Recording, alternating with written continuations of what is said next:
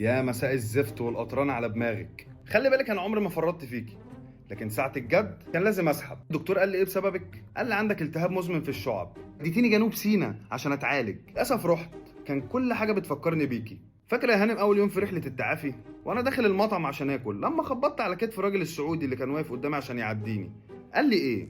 ايش تبغي؟ سيبك من دي، في نفس اليوم بالليل كان نهائي السوبر.